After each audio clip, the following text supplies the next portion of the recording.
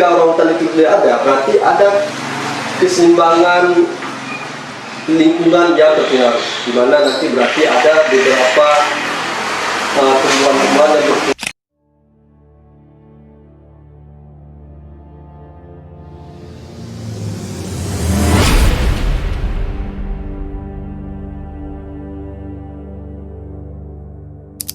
Assalamualaikum warahmatullahi wabarakatuh. Kembali lagi bersama saya Abdullah Hadi. Nah, di sini saya lagi berada di kantor cabang ataupun tempat cabang GeoSL. Saya di sini bersama salah satu staf dari GeoSL ataupun OIC. Ya Pak? Iya, betul. Sebelumnya perkenalkan dulu Pak. Ya, terima kasih kepada Adinda. Perkenalkan, nama saya Juri. Saya merupakan salah satu staf dari Yayasan Orangutan Sumatera Lestari, Orangutan Information Center, yang bertugas di bidang penanganan konflik satwa liar khususnya orangutan. Mungkin singkatnya biografi saya seperti itu. Nah, di sini Pak saya sendiri ingin menanyakan beberapa poin kepada Bapak nih tentang apa sih itu orangutan, bagaimana perannya dalam ekosistem. Misalnya kalau orangutan nggak ada di ekosistemnya, apa sih yang terjadi di hutan tersebut dan sebagainya gitu Pak. Nah, saya di sini bukan hanya sebagai calon mitra konservasi, saya juga ingin belajar lebih kepada Bapak bagaimana sih kita sebagai generasi muda atau generasi berintelektual untuk melestarikan hutan kita, untuk menjaga satwa yang ada di hutan kita dan sebagainya. Nah, di sini ada beberapa poin pertanyaan nih Pak. Nah, poin yang pertama adalah apa peran orangutan dalam ekosistem? Nah, cukup menarik ya pertanyaannya ya. Jadi jika kita membahas tentang orangutan ini sebenarnya sangat menarik ya. Bukan mungkin karena kita bertugas di konservasi orangutan dalam pekerjaan, tapi juga di luar daripada konteks pekerjaan ini juga menarik kita bahas tentang orangutan. Nah, dalam sehari-hari orangutan ini punya peran penting terhadap perkembangannya ekosistem atau hutan, di mana salah satunya mungkin saya tidak menyebutkan panjang lebar, di mana salah satunya orangutan ini kalau kita menyebutkan adalah dia sebagai spesies payung di dalam hutan, di mana orangutan ini berperan penting dalam penyemaian ataupun penyebaran biji-biji daripada tumbuhan-tumbuhan yang ada di hutan, di mana nantinya tumbuhan ini akan disemai, karena orangutan ini adalah orangutan yang memiliki jelajah yang cukup luas di dalam hutan.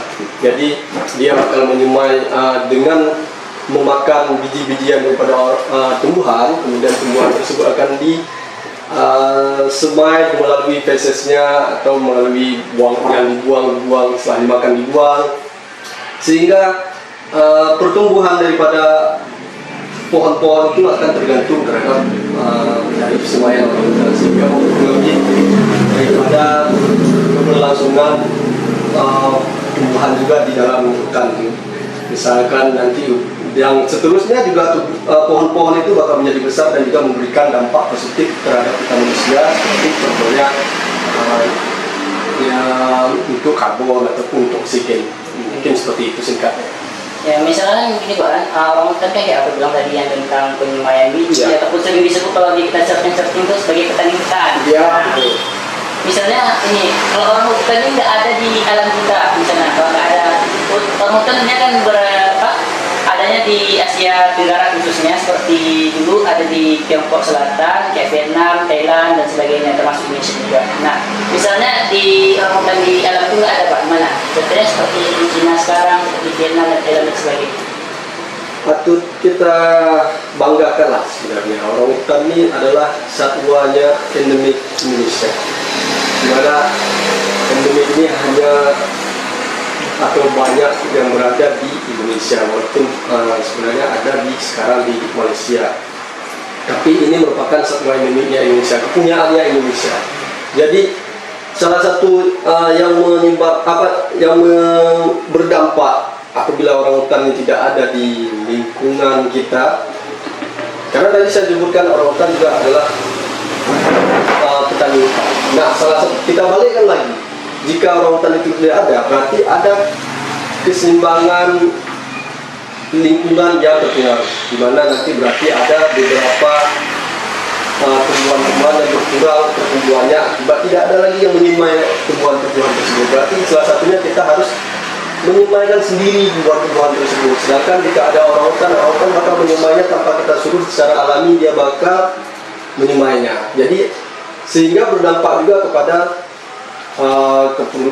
kebutuhan satwa-satwa yang lain terhadap tumbuhan-tumbuhan tersebut.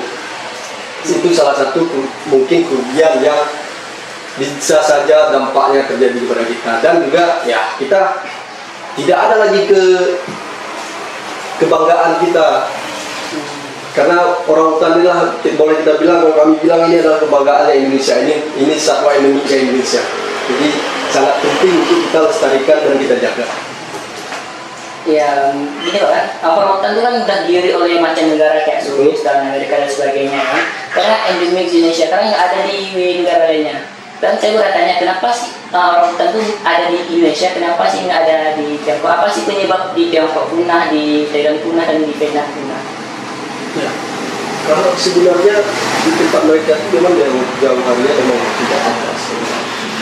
Bukan, karena orangutan ini hanya ada di orangutan Kalimantan dan orangutan Sumatera.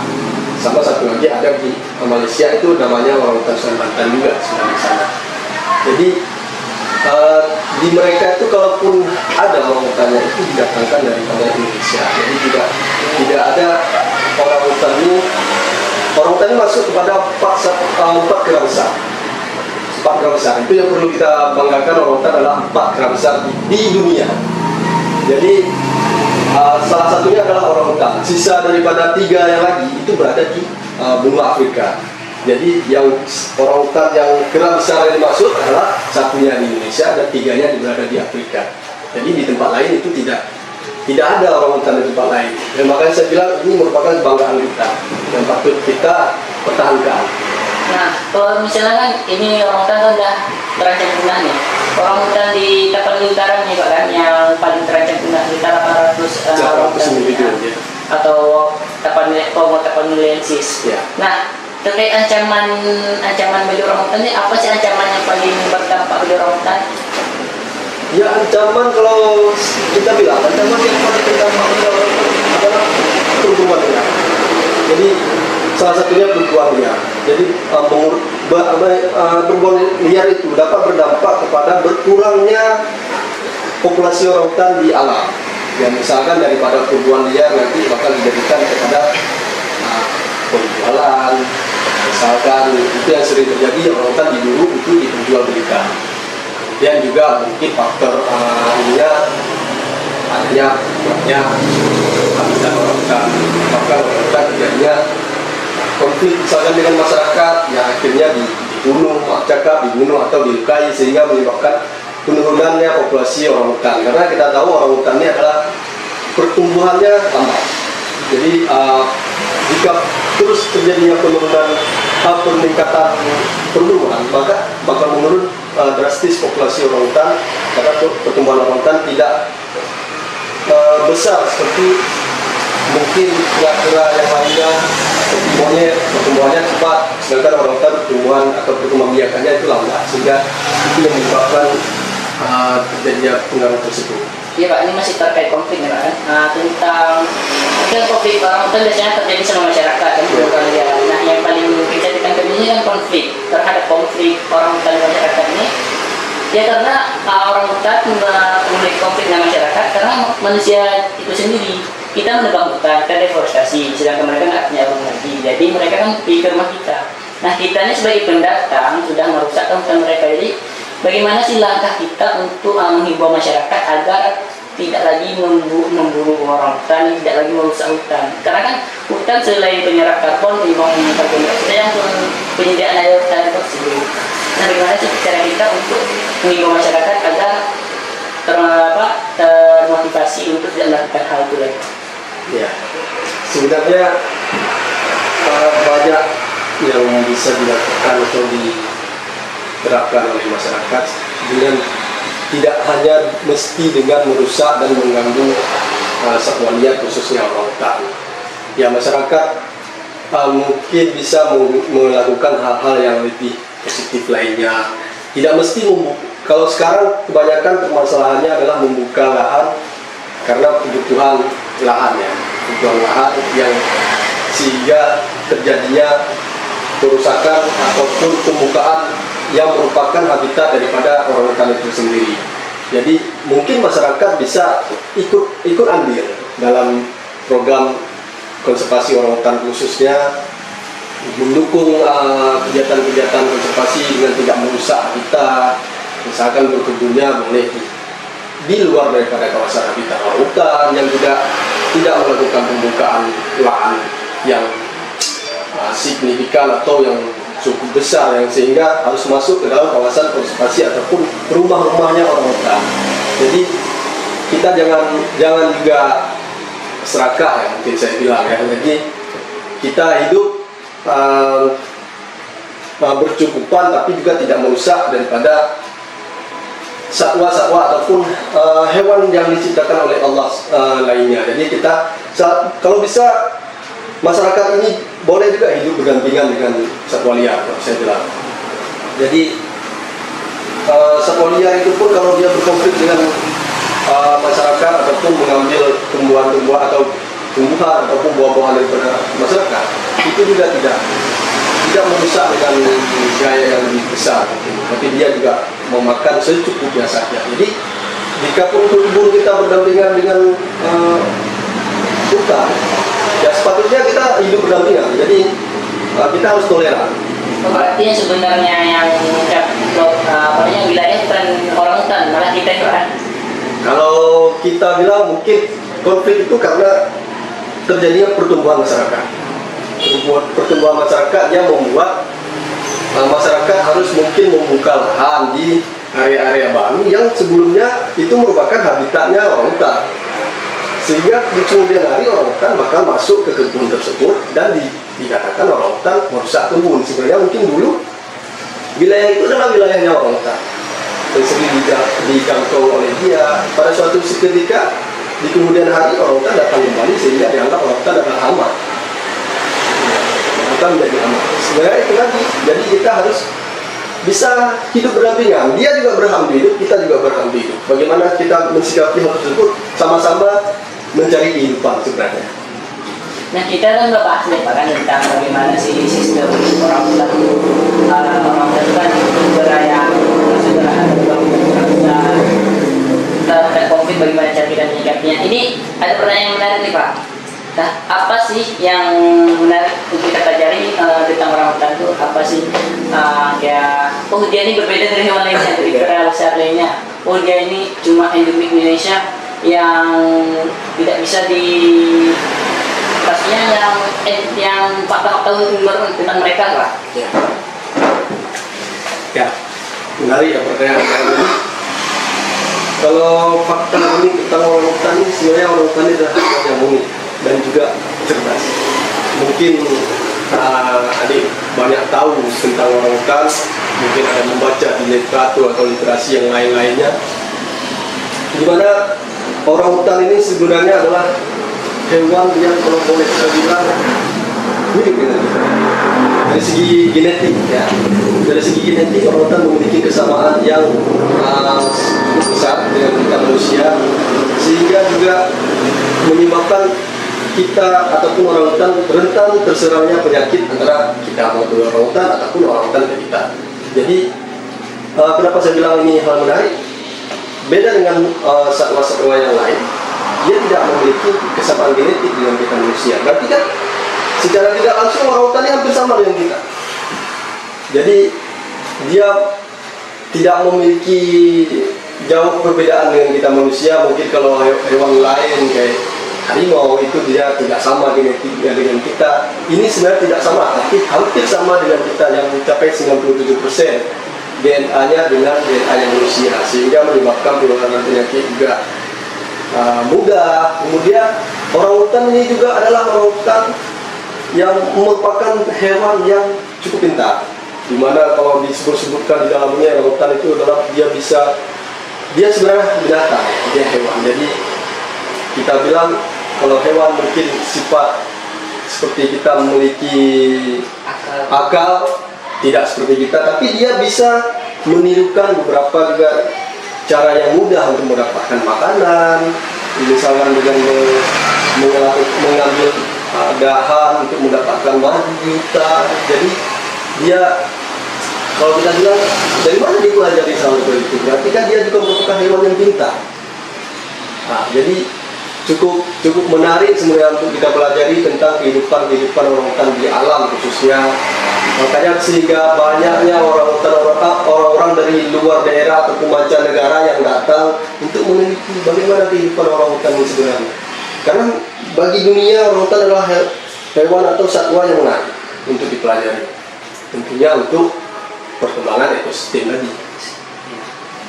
Berarti misalnya pada hakikatnya manusia juga hewan yang berakal dan berpikir Nah, berarti kalau ada orang-orang yang secara sengaja dia memburu ataupun menyerang orang hutan, berarti dia juga menyerang saudaranya sendiri karena kemiripan genetiknya sampai 97% loh.